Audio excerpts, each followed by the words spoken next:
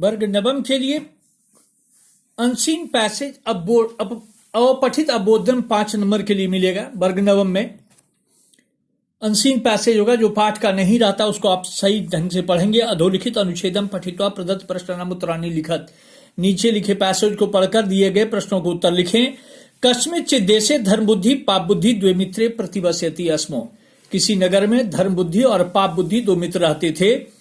अत कदाचित पाप बुद्धिना चिंतितम, तब कभी पाप बुद्धि ने सोचा, अहम तावन मूर्खो दरिद्रश्च, मैं तो मूर्ख और दरिद्र हूं।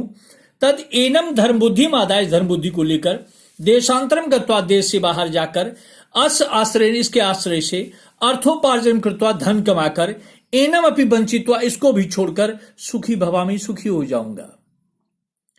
अथन्यस्मिन हनि, दूसरे दिन, पाप बुद्धि धर्म बुद्धि मा, पाप बुद्धि ने धर्म बुद्धि को कहा, भूमित्र शास्त्रेषु एवं वर्णितम, शास्त्रों में ऐसा वर्णन किया गया है, यत येन देशांतरेषु गत्वा बहुविध भेषादि न ज्ञातम, जो देश से बाहर जाकर विभिन्न भाषाओं को नहीं जाना, तस्य जन्म धरणी पीठी निरर्थकम, उसका जन्म इस पृथ्वी पर निरर्थक है।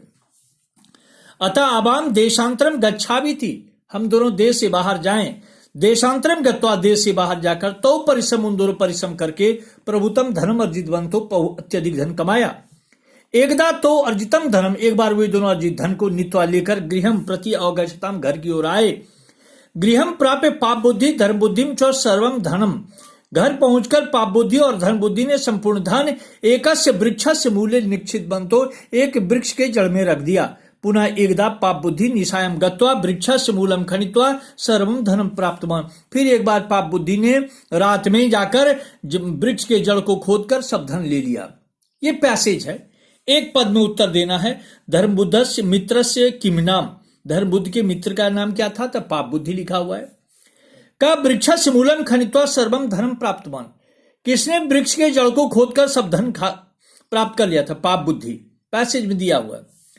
पाप बुद्धि कस्य आश्रयेन अर्थोपार्जनम कर्तुमस्य इच्छति, पाप बुद्धि किसके आश्रय से अर्थोपार्जन करना चाहता था? तो धर्म बुद्ध ही आश्रय, एक पर डालेंगे तो आंसर बन जाएगा। पुनः एकदा पाप बुद्धि किम प्राप्तवान, फिर एक बार पाप बुद्धि ने सब धन प्राप्त कर लिया। भाषिक कार्य में पुनः एकदा पाप बुद्धिम कृतवान, फिर एक बार पाप बुद्धि ने क्या किया? तो पुनः एकदा पाप बुद्धि सर्वम धनम प्राप्तवान, फिर सब धन उसने प्राप्त कर लिया। भाषिक कार्य में एकदा तो, अत्र तो पदम काभ्याम प्रयुक्तम, एक बार वे दोनों, यहां पर तो पद किसके लिए प्रयुक्त किया गया है? धर्म बुद्धि के लिए, धर्म बुद्धि व्याम के लिए, पाप बुद्धि के लिए, धर्म बुद्धि पाप बुद्धि व्याम के लिए। जब यहां तो द्विवचन में है तो वो भी आंसर भी द्विवचन में होगा, धर्म बुद्धि पाप बुद्धि भ्याम, ये भी द्विवचन में बनेगा। रात्रो इत्यस्य पदस्य कः पर्याय अत्रागतः, रात्रो, रात में, तो पैसेज में देखेंगे कि रात्रों का, रात्रों माने रात में, तो कौन ऐसा शब्द है जिसका अर्थ रात में है? तो स्टूडेंट ध्यान रखेंगे, पैसेज को ठीक से देखेंगे, खोजते खोजते मिल जाएगा हमको निशायम, निशायम माने रात में, जबकि रात्रो रात्रि शब्द चलता है, निशायम में निशा शब्द ये लता पर, वो मुनि पर, तो ये रात्रों माने भी रात में, निशायम माने भी रात में, तो आंसर देंगे निशायम। जितने भी ऑप्शन है, प्रभुतम गलत आंसर है, एकदा गलत आंसर, नित्वा गलत आंसर है, निशायम आंसर सही है। अंतिमे वाक्य अव्यय पदम किम, अंतिम वाक्य में अव्यय क्या है? अंतिम वाक्य है पुनः एकदा पाप बुद्धि निशायम गत्वा वृक्षस्य मूलम खनित्वा सर्वम धर्म प्राप्तवान।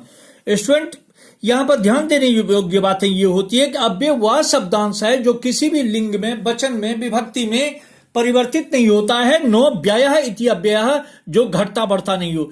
इसमें ध्यान रखने की योग्य बात, अंतिम वाक्य में ऑप्शन में दिया है पाप बुद्धि वृक्षस्य निशायम पुनः, पुनः तो अव्यय है ही, लेकिन क्वेश्चन के हिसाब से अंतिम वाक्य में एकदा भी अव्यय है, यह भी स्वतंत्र है, यह भी परिवर्तित नहीं होता है, जो ऐसा क्वेश्चन नहीं देना चाहिए। पुनः तो है ही, एकदा भी आंसर है, इसलिए एकदा भी हो सकता है, पुनः भी हो सकता है, आप अपनी इच्छा से जो सही आंसर दें। अनुच्छेदे आवाम कर्तृपद से क्रियापदम किम, इस पैसेज में आवाम जो सब्जेक्ट है उसका वर्ब क्या है? तो गच्छाव, गच्छाव, गच्छावेति इति। तो हमें यह देखना है कि गच्छावा तो अवाम के साथ होता ही, लेकिन इसमें पैसेज में क्या है, अतः अवाम देशांतरम गच्छाव इति। गच्छाव जोड़ इति इक्वल टू गच्छावेति, तो गच्छाव क्रिया है, इति तो अव्यय है इसमें, तो गच्छाव आंसर होगा। गच्छाव ने लोट लकार में है, गच्छावा लट लकार में है, गच्छाव लोट लकार में है, इसलिए गच्छाव सही होगा, ये आंसर सही होगा। इसी प्रकार पैसेज को पढ़कर वर्ग नवम के छात्र संस्कृत में सही ढंग से आंसर दे सकते हैं, किसी भी चीज को याद करने की आवश्यकता नहीं है। धन्यवाद।